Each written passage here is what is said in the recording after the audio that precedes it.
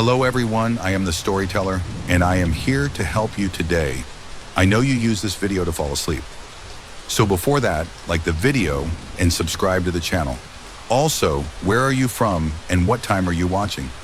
Now get comfortable and relax.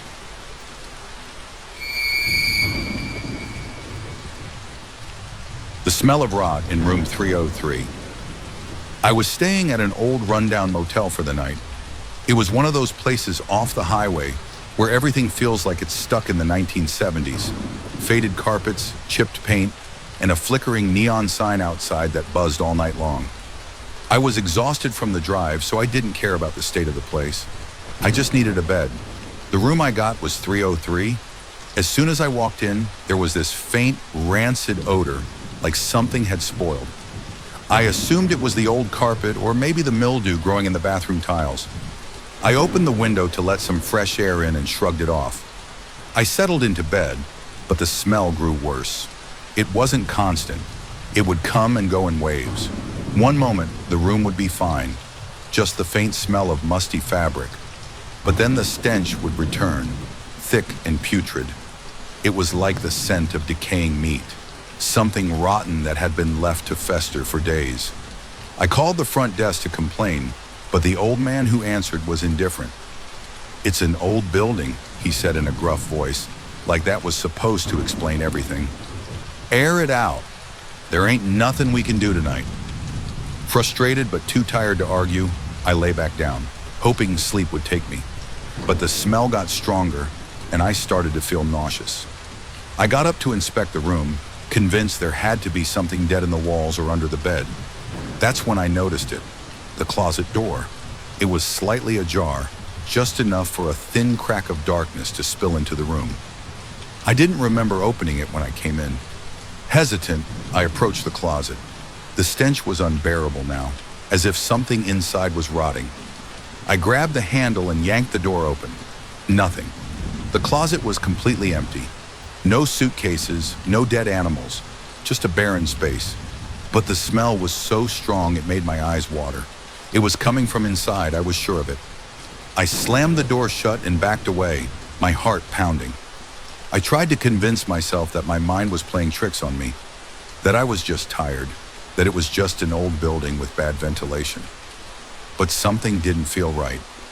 I crawled back into bed and pulled the covers over my head, trying to block out the smell, trying to block out the creeping dread building in my chest. I must have drifted off eventually because the next thing I remember was waking up to a sound, a soft scraping noise. It was coming from the closet. I froze, my breath catching in my throat. The door was moving, slowly, like something was on the other side, pushing it open. My pulse thundered in my ears as the door creaked wider, the darkness inside seeming to spill out, thick and suffocating. And then I saw it, a hand, pale, skeletal with blackened nails, reached out from the shadows of the closet. I didn't wait to see what it was attached to. I jumped out of bed, grabbed my keys, and bolted out of the room. I didn't stop running until I was in my car, peeling out of the parking lot. I've never gone back to that motel. I'm not even sure it's still there, but I can't shake the feeling that someone is still waiting in room 303.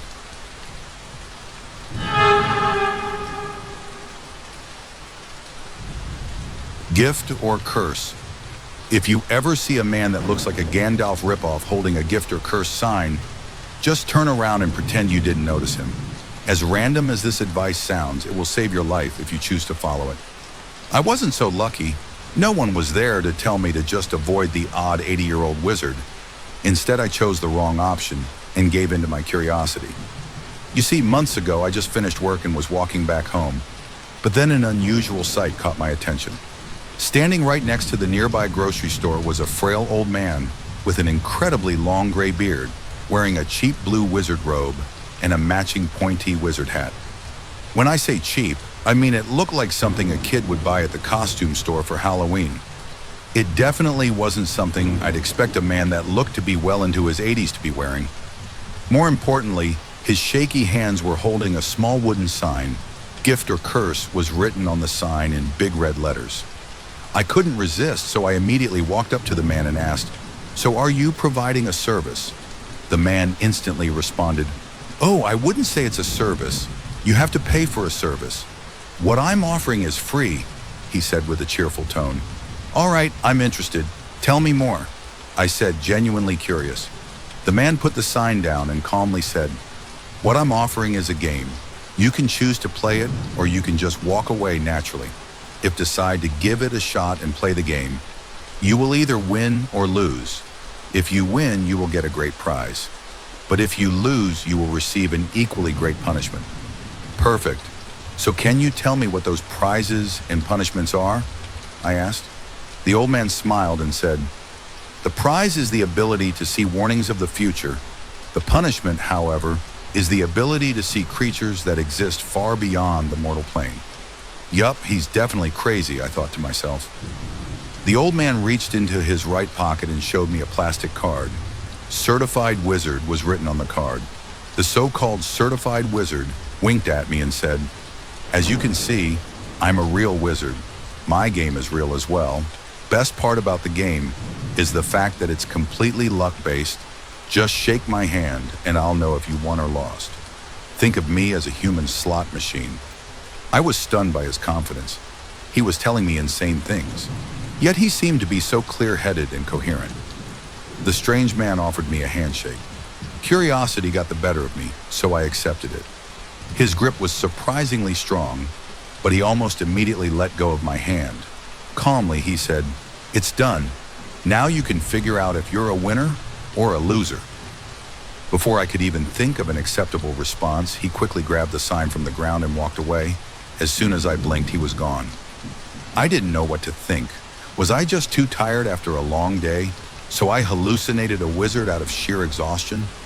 I wish that was the case. Instead, I quickly realized what happened was undisputably real. Even worse, I thought I lost the game. I decided to ignore the whole experience and just go home, but for some unknown reason, I had an urge to look behind me. I turned around. About 10 feet behind me was an odd creature. Its body was that of a mangled and twisted human being. Its face was horribly disfigured and covered in dozens of bloody wounds. It was missing one of its eyes while the other one was bulging and bloodshot. The creature's jaw looked like it was shattered by a sledgehammer. Blood was dripping from its scarred mouth. Its tongue was hanging out of it like a dead earthworm. The creature just stood there, frozen in place, staring at me with its barely functional eye. I almost vomited as soon as I saw it, so I quickly averted my gaze based on the reactions of the people around me. I was the only person capable of seeing the creature. Days passed after this incident. The creature would appear randomly when I least expect it. Sometimes I would see it in the mirror, standing right next to me. But more commonly, I'd see it in the corner of the room, just standing there and staring at me like it always does. The creature, even though harmless on paper, was destroying my mental state. I couldn't even sleep without seeing it in my nightmares. My last encounter with the creature was the most meaningful one. It was an average day like any other. I was just about to cross the street. But before I could do that, I received the all too familiar urge to look behind my back. As soon as I did, I unsurprisingly saw the creature once again, which in turn caused me to walk away as fast as I could, completely disregarding the fact that I was crossing the street at a red light. I don't even remember the car that hit me or how painful the hit itself was, but I do remember waking up in the hospital, feeling like every inch of my body went through a meat grinder. Later on, the doctor explained to me that I was lucky to be alive. The truck that hit me has left my body in an almost unrepairable state. It would be easier for me to list the parts of my body that aren't fractured, because there's very few of them left. As soon as the doctor let me take a good look at myself in the mirror, the only eye I had left twitched as I slowly realized that I didn't lose in the Wizards game after all.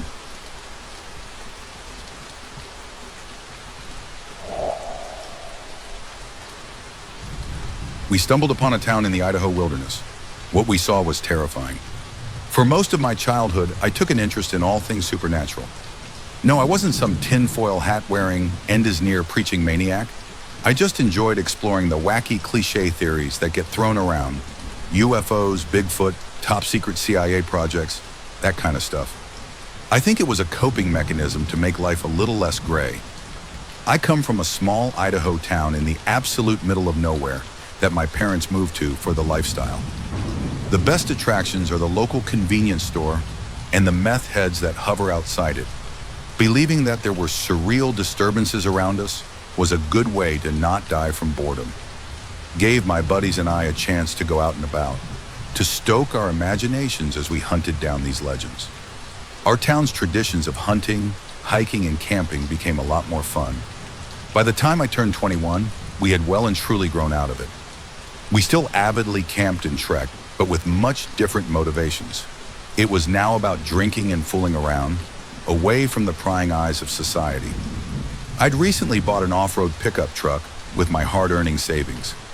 Now my weekends consisted of lugging my friends and our camping gear at blistering speeds down the winding dirt roads of Nez Perce Clearwater National Forest. It was just another weekend of hurtling through the forest roads. For one reason or another, most of my friends were out of action or busy, leaving only Max with me to scout the map for potential camping areas. We saw ourselves as too cool and seasoned for the designated grounds, preferring to seclude ourselves from any other soul in the area. My mind is on autopilot until I see a fork in the road, and I blurt out, "All right, which way we going?" I hear a hushed, "The fuck," from Max as he paused for a moment, then replied, "Wait, just stop for a second." I step on the brakes, a bit frustrated. "Quick, we ain't got all day." There's not supposed to be a fork here. What the hell?" I reach out for the map, and as Max hands it out to me, I almost snatch it. I narrate as I read it. "So we passed the old shack, drove by the river, and we should now be... No forks around here." I think to myself for a good minute, eventually deciding to fire up the car again. "Let's just go right. We can trace our route." Max responds with a quiet murmur of approval. I inch the truck through the right side of the fork, no longer trusting myself to stomp on the pedal like usual. It's long and steep, the truck winding up and down with fright. The trees appear increasingly withered, no longer sporting their thick green manes. Our guts are screaming at us to turn back, but the road is so narrow and the trees so abundant that we're essentially walled off from any other direction than forwards. After what felt like half an hour, we're greeted with a bizarre sight. A large, perfectly circular and flat clearing surrounded by the fully leafless skeletons of trees. Given that the park was protected, mountainous land, this was completely alien, something we would have imagined in our youth. But what was even more harrowing was the small settlement that resided within it. We knew there were a few of those in the region, but this one was sorely different to the usual sight of weathered wood houses and dirt streets. It looked like a time capsule of the 60s. Vintage cars parked on the side of perfectly paved roads, and a few rows of immaculate suburban houses, not too far from a small group of vibrantly painted stores with blaring signs. A retro-looking billboard about 200 feet in front of us read, "Welcome to Isotope." The whole place felt unnaturally wrong, like it had been cut out of a different dimension and pasted here. The fear and suspense is cut through by Max's voice. "There's no fucking Isotope on the map. Where are we?" "You think I know? Well, let's at least check it out." I really should have told him to shut up, but our survival instincts were pushed aside by our youth and stupidity and nostalgia for conspiracy theories. Before we knew it, we had parked smack bang in the middle of the town. The first thing we noticed when we stepped out was its emptiness. Despite its perfect condition, the town was absent of any life. No people, no animals, not even the chirping of birds. Just a soulless husk of concrete. As we looked across the street, we noticed a store that read Bill's Mini Mart and Butcher. Its lights on, but devoid of any human presence. "I don't know, maybe we should turn back." "I know Max, but maybe we could explore a bit. Show the boys the cool stories they're missing out on." All right." As we enter the store, I felt a pang of surprise at its pristine condition. The shelves and produce are fully stocked, the lights a warm yellow, and the floors without a speck of dirt. But upon inspection, we realize the food brands look like they're from eons ago. Some we don't even recognize. I can feel a sense of dread growing by the second, although it's far from the overpowering morbid curiosity that drives me to further explore. We approach the butcher section, the meats shining a brilliant, mouth-watering shade of blood red. As I press my hand to the cool glass, the PA system belts a symphony of pure static throughout the building, causing us to jump back. It melts into a corporate-sounding male voice. Welcome to Bill's Mini Mart and Butcher. We're proud to be the finest source of produce for Isotope's residents, as we help America rebuild from the ashes of nuclear war. Please be courteous to our staff and your fellow shoppers. I turn to look at Max, whose normally pale face is now like a ghoul's. Nuclear war? Rebuilding? What timeline had we stepped into? My thoughts were interrupted by the disembodied voice. Make sure to check out our fine selection of meats. Our butcher takes pride in his creative ways of sourcing the finest cuts for our town. And as for the recent reports of wailing-like sounds, please be assured that we are working to fix our ventilation system. I look back at the meats, realizing they have no labels. In fact, they all look the same. My heart freezes in terror as Max speaks with a shaky voice. Let's get out of here, man. Yeah, fuck this. As I'm about to take the first step to leave, my ears catch a faint, muffled sound of something between a ragged wail and a scream. It sounds agonizingly human, like someone being slowly dragged into the ninth circle of hell. We didn't need any more hints to bolt to the door. As we sprint with our lives, the PA crackles back to life, and this time the voice is garbled and distorted, like something out of a horror game. We can see you, outsiders. We are hungry. The next half hour was a blur. All I can really remember was the slamming of car doors, crushing the gas pedal to death, and yanking my steering wheel with more intensity than an F1 driver. By the time Max and I had gone back the way we came, we were on the verge of a full-on breakdown. Our attempts to report things to the park authorities fizzled out on the spot. They had no records of a town called Isotope, and when they checked out the exact route we took, the fork was gone. All we managed to do was make ourselves look insane. But that's not the worst part. I haven't told anyone this, but as we left Isotope, I saw in the corner of my eye a man dressed in all white, wearing a gas mask and holding what I swore was a cleaver. I thought it was my mind playing tricks at first, but it's been a few days and Max says he started hearing faint, strange noises, something between a wail and a scream. As I'm writing this, I'm booking a flight to move in with some relatives in California. I'm not sticking around to find out what happens to Max or me. Night shift at Harrington's gas station. I'd never been one to believe in the supernatural. Ghost stories, urban legends, all that stuff. None of it had ever held much sway over me. But after my first night as a security guard at this 24-hour gas station on the outskirts of town, I wasn't so sure anymore. It was supposed to be an easy gig, a late-night job to pay the bills. Nothing more than keeping an eye on the place, handling the occasional drunk driver or rowdy teen, and making sure no one wandered too far into the parking lot. At least that's what I thought when I applied. The pay was decent, the hours quiet, and the isolation didn't bother me. In fact, I preferred it. The gas station itself wasn't much to look at, a dingy building that sat at the edge of a long, winding road that seemed to stretch into nothing. The main attraction was the bright fluorescent lights that flickered above the pumps and cast long shadows across the parking lot. Inside, it was just as unimpressive. Aisles of chips and snacks, a small refrigerator stocked with energy drinks and sodas, and a counter where my coworker, Ray, sat behind the register. Ray was in his late 40s, maybe early 50s, and had the look of a man who'd spent too many years on the night shift. His skin was pale, his hair thinning, and his eyes had that glazed-over, distant look that made me wonder if he ever really slept. He'd been at the gas station for years, or so he told me on my first night, and he didn't say much else unless he had to. Tonight, as I clocked in and grabbed my flashlight, Ray was sitting behind the counter, sipping from a cup of coffee and staring out into the parking lot.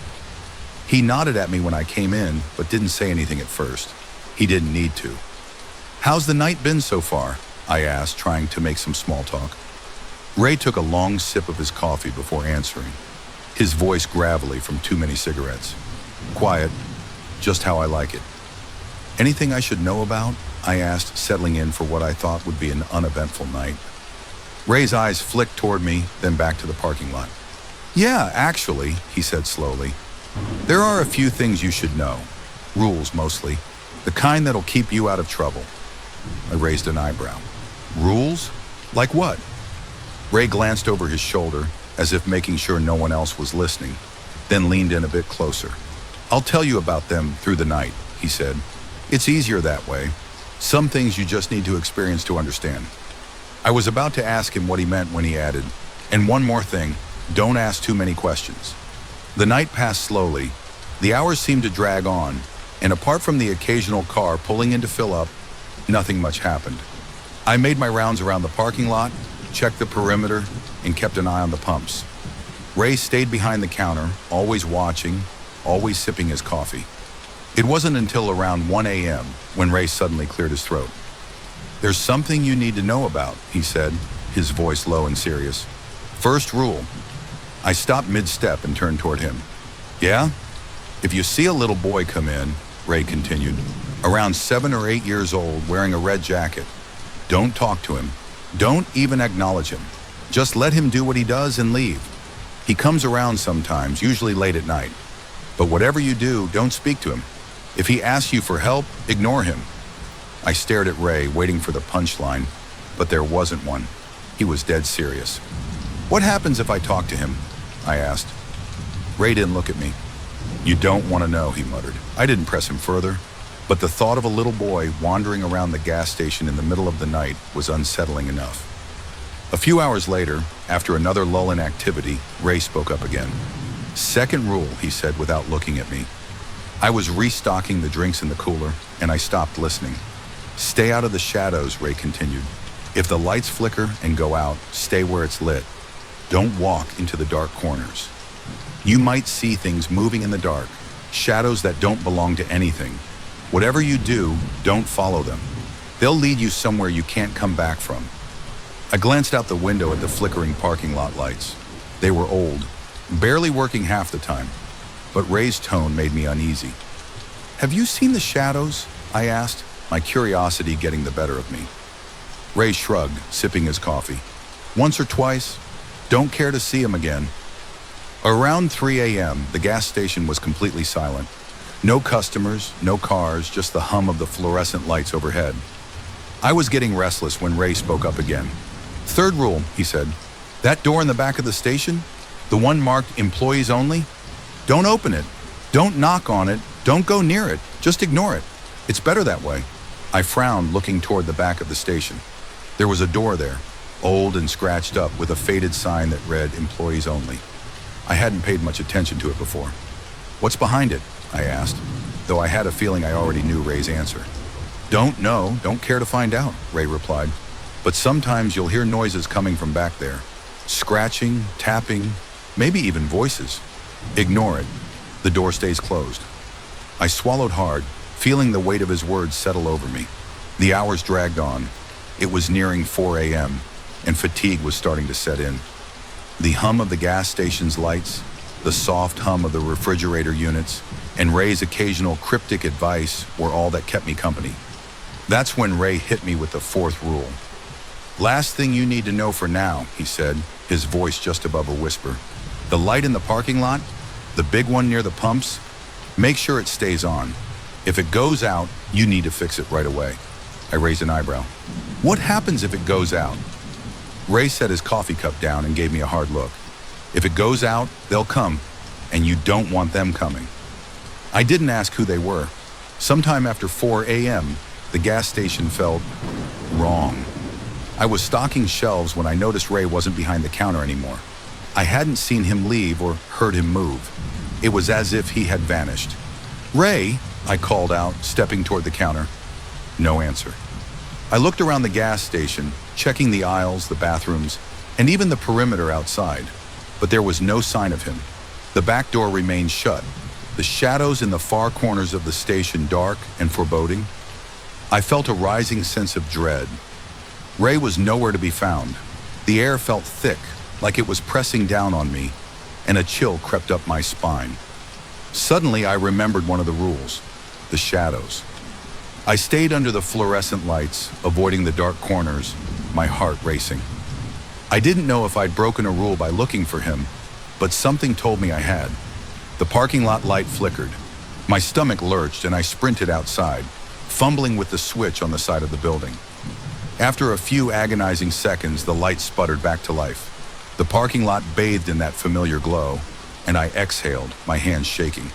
When I went back inside, Ray was there, sitting behind the counter like he'd never left. "Where the hell did you go?" I demanded, my voice louder than I'd intended. "I couldn't find you anywhere." Ray didn't look up from his coffee. "You shouldn't have looked for me." "What?" "That's the last rule," he said, his voice low and tired. "If I disappear, don't look for me. The thing that comes back won't be me. Don't talk to it. Don't acknowledge it. Just pretend it's not there." I stared at him, my blood running cold. "What the hell are you talking about?" Ray finally looked up at me, his eyes empty, devoid of any emotion. "You broke the rule." My heart pounded in my chest, confusion and fear swirling inside me. Was he messing with me? How could this thing be telling me not to talk to it if it wasn't Ray? I backed away slowly, my mind racing. If this wasn't Ray, then what was it? Why would it warn me about itself? The shadows in the corners of the station seemed to shift, growing darker, stretching toward me. The parking lot light flickered again, and this time I didn't move. I was frozen, caught between disbelief and terror. It was like the shadows were alive, moving, slithering, coiling closer and closer.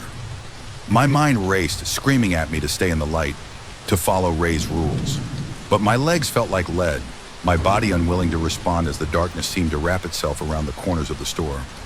Suddenly, a low hum filled the air, like the station itself was groaning under the weight of something unseen. The flickering of the parking lot light became more erratic, casting brief, harsh flashes across the interior. In the back of my mind, I remembered what Ray had said about the lights. If they go out, they'll come. You don't want them coming. I swallowed hard, forcing myself to move. My body jerked into action as I ran for the switch that controlled the parking lot lights. My fingers fumbled with the old rusted lever on the wall, and for a moment, my heart nearly stopped as I realized it wasn't working. The hum intensified, and the shadows seemed to surge forward, creeping across the floor like liquid night. With a desperate grunt, I yanked the switch harder. The parking lot lights sputtered back to life, bright and glaring, chasing the shadows back into the corners. I collapsed against the wall, panting, my heart hammering against my ribcage. The light was on, and the shadows had retreated, but the station didn't feel any safer. I could still feel them, watching, waiting for the light to fail again. I didn't want to admit it, but part of me wondered if the light was the only thing holding them back. And then there was Ray, or whatever was pretending to be him, sitting behind the counter, sipping his coffee as if nothing had happened. The weight of his final rule sat heavily on my mind. The thing that comes back won't be me. Don't talk to it. Don't acknowledge it. Was this really happening? Had I broken the rule? Or had Ray, or the thing wearing his skin, lied to me? My hands trembled as I stood there, staring at him. It felt like a twisted game. He had returned, informed me of a rule that might not even apply anymore, and then gone back to his coffee like none of it mattered. I took a few shaky steps forward, and that's when the next event happened. A soft chime echoed through the gas station. The door had opened. I hadn't seen it move. There hadn't been a car pulling up to the pumps. But when I turned around, I saw him. The boy. He couldn't have been more than 7 or 8 years old, just like Ray had described. His red jacket stood out in the dim fluorescent glow of the station. Too bright, too vivid for the otherwise washed-out world of the night. He stood by the door, looking around as if lost, his eyes wide and pleading. Every instinct screamed at me to help him. It didn't feel right, just standing there, pretending he wasn't there, pretending I didn't hear the quiet sniffle of a child trying to hold back tears. But Ray's warning burned in the back of my mind. If you see a boy in a red jacket, don't talk to him. Don't acknowledge him. The boy took a few tentative steps into the store, his small hands fidgeting with the zipper of his jacket. He was looking right at me. "Mister?" His voice was soft, barely above a whisper. "Can you help me? I can't find my mom." My throat tightened. I glanced at Ray, or whatever was pretending to be him. He hadn't moved, hadn't reacted at all to the boy's presence. It was like he couldn't even see him. The boy took another step closer. Please, I'm scared. I clenched my fists, forcing myself to follow the rule. My pulse raced, my mind fighting between the human instinct to help a child and the primal fear that told me something was deeply wrong. The temperature in the station seemed to drop, the fluorescent lights buzzing ominously overhead. My hands trembled as I focused on keeping still. The boy sniffled again. Why won't you help me? His voice was louder now, almost accusatory. Please. Tears welled in his wide eyes and he reached out toward me. That's when I saw it, the flicker, the momentary slip. His face didn't change at first, but in the dim light, I saw his eyes flash, just for a second, with something that wasn't human, something cold and hollow. The smile that had started to creep across his lips was wrong, too wide, too sharp. I took a step back, my breath catching in my throat.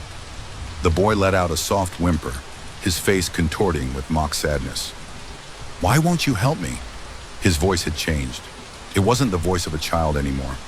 There was something deeper, something older beneath it. The words echoed, bouncing off the walls of the station. I turned away, refusing to look at him, ignoring the chill that crept down my spine as his footsteps echoed softly across the floor. The sound of his movement grew quieter until finally the door chimed again. He was gone. I leaned against the counter, my nerves frayed, my mind racing. Ray, or the thing that looked like Ray, sat there watching me. He didn't say anything about the boy, just sipped his coffee, his eyes distant and glazed. I glanced toward the back of the store, where the employees-only door loomed like a dark shadow at the end of the hallway. I hadn't noticed it before tonight, but now it felt like the focal point of everything wrong in this place. The faintest sound reached my ears, a soft scratching, barely audible over the hum of the station's lights. My heart skipped a beat. Ray had warned me about the door. Don't open it, don't knock, don't go near it. But the sound continued, persistent and unsettling. It wasn't just scratching anymore. There was a faint tapping, like knuckles against wood. A soft, rhythmic knock. My feet felt glued to the floor. I couldn't move, couldn't even look away from the door. The knocking grew louder, more insistent, and my breath caught in my throat. I wasn't supposed to go near it, but something was there.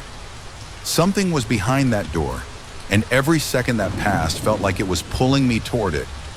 Suddenly, the knocking stopped. Silence hung in the air, thick and oppressive. I exhaled, the tension in my chest easing just slightly. But then, the door creaked.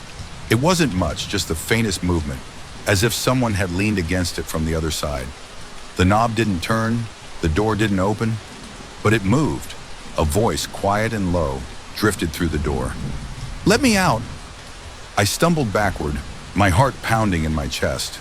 The voice was faint, muffled, but it was unmistakable. Someone, something was behind that door. Ray's warning echoed in my mind. The door stays closed. I turned back toward the front of the store, but Ray, if that was even still him, hadn't moved. He stared ahead blankly, as if oblivious to the sounds, oblivious to me. The door creaked again, and the voice grew louder. Please, let me out. My legs moved on instinct. I bolted for the front of the station, my mind screaming at me to get away from that door, to get as far from it as I could. I made my way to the front door, taking in gulps of the cold night air as soon as I stepped outside. The parking lot lights flickered above me, but this time I wasn't going to leave them unchecked. I couldn't afford another close call with the shadows. I couldn't afford anything else. I stayed close to the lights, my body trembling with exhaustion and fear, my mind swirling with questions. Who or what was behind that door? What had happened to Ray, and was the thing behind the counter really him? And why had the boy looked at me like that, with those cold, hollow eyes? The sky began to lighten just slightly. Dawn wasn't far off. I just had to make it through the night.